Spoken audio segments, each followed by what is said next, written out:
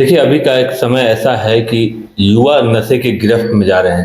लेकिन आज हम आपको एक ऐसे ही युवा से मिलवाने वाले हैं, जिन्होंने नशे की गिरफ्त वाली दुनिया को छोड़कर अब वैसे लोग जो नशे के गिरफ्त में जा रहे हैं, उन्हें सुधारने का बीड़ा उठाया है। हमारे साथ हज़ारीबाग के ही रजनीश हैं, जिन्होंने एक टाइम में तो बहुत नशा किया, लेकिन जब इससे बाहर आए तो उन्होंने लोगों को नशे की आदत को छुड़वाने की सोची और अभी नशा मुक्ति केंद्र भी चला रहे हैं। सबसे पहले तो बहुत बहुत स्वागत है आपका। धन्यवाद सर।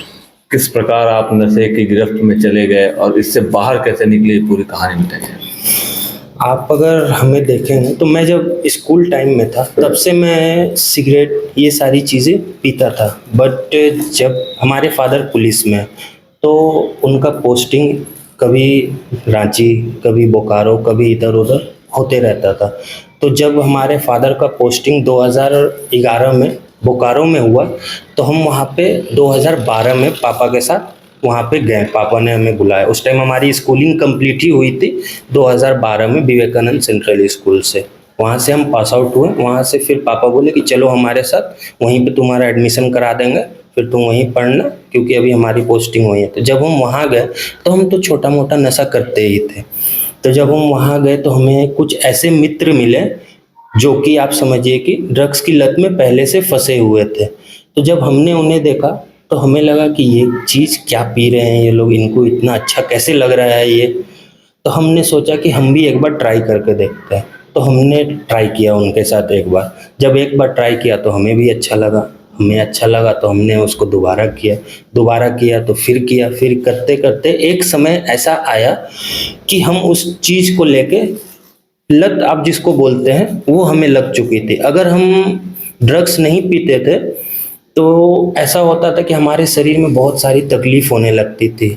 पैर दर्द, हाथ खींचना, पैर खींचना, आँख से आंसू, नाक से पानी, बहुत सारी लूज मोशन है ना, बहुत सारी चीज़ें होने लगी। और एक टाइम ऐसा आया कि ये सारी चीज़ों को बंद करने के लिए हम नशे की तरफ और जाने लगे। नया नया नशा ट्राई करने लगे। जैसे ड्रग्स ले रहे हैं तो ड्रग्स बंद करने के लिए कभी सोच रहे हैं कि अभी अल्कोहल लेंगे तो ड्रग्स नहीं लेंगे। जब अल्कोहल लेने लगे तो उसके साथ फिर ड्रग्स भी लेने लगे। ड्रग्स ले रहे हैं, फिर उसको बंद करने के लिए सोचे कि कोई मेडिकल का नशा बहुत सारा आता है, कोरेक्स टैबलेट, ये सारा चीज़। तो हम सोचे कि वो कर लेते हैं, उससे शायद मेरा ये ड्रग्स वाला नशा बंद हो जाए।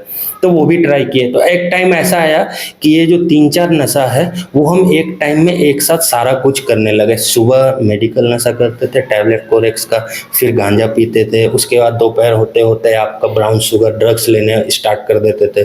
शाम होते होते फिर अल्कोहल की तरफ चले जाते थे। ऐसा एक दिन में, और ऐसा हालत हो गया था एक टाइम मेरा कि जो अभी आप हमको देख रहे हैं, एक टाइम में मेरा वेट हो गया था 40 to 45 केजीज। अभी मैं 95 केजीज का हूँ। एक टाइम में मैं 40 से 45 केजी का हो गया था। इतना ज़्यादा मेरा हालत ख़राब हो गया था और चेहरे से तो पूरा रौनक ही चला गया था। कोई बोलता ही नहीं था कि यही रजनीश है, जैसा पहले था अभी कैसा हो गया है। ये सारी चीज़ें हुई मेरे साथ। फिर कैसे इस दुनिया से बाहर कैसे निकले आप? देखिए, 2012 से मैंने जब ड्रग्स स्टार्ट किया था, 2022 तक मैं ड्रग्स ले रहा था। साथ में मैरिजुआना मीन्स गांजा भी लेता था। ये सारी चीज़ें चल रही थी। 2022 में जब घर वालों को लगा कि नहीं, अब ये बहुत ज़्यादा हो रहा है, क्योंकि मैंने कुछ ऐसे ऐसे काम किए नशे की वजह से कि घर वालों को फिर बर्दाश्त नहीं हुआ कि नहीं, ये लड़का फिर अभी बहुत ज़्यादा ही कुछ कर रहा है, इसको नशा मुक्ति केंद्र भेजना होगा। तो हमें उन्होंने नशा मुक्ति केंद्र में डाला।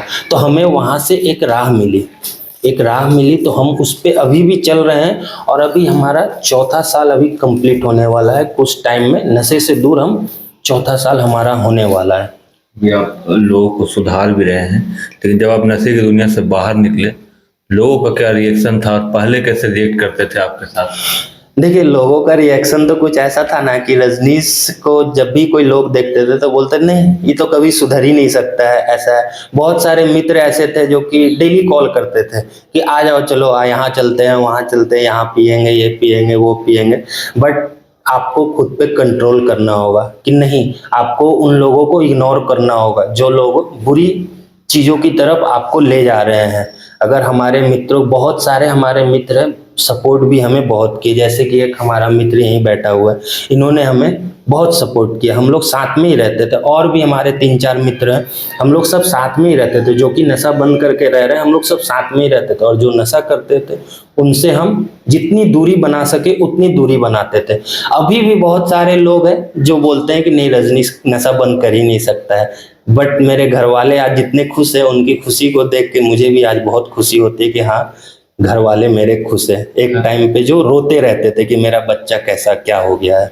हजारीबाग भी देखा जा रहा है नशे की गिरफ्त में है, तो हजारीबाग के युवाओं को क्या संदेश देंगे रजनी?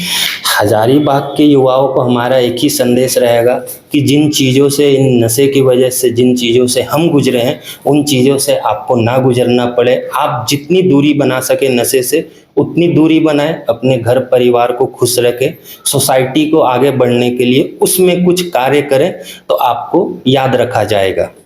देखिए, आप रजनीश को सुन रहे थे, जिन्होंने एक समय में सभी प्रकार का नशा किया, लेकिन अब इस दुनिया से पूरी तरह बाहर है। और उन्होंने हजारीबाग के युवाओं से भी अपील की है कि आप अपने परिवार को देखें, अपने लाइफ को देखें, नशे की दुनिया से बाहर है, इसे अपनी दुनिया में आने से रोकें।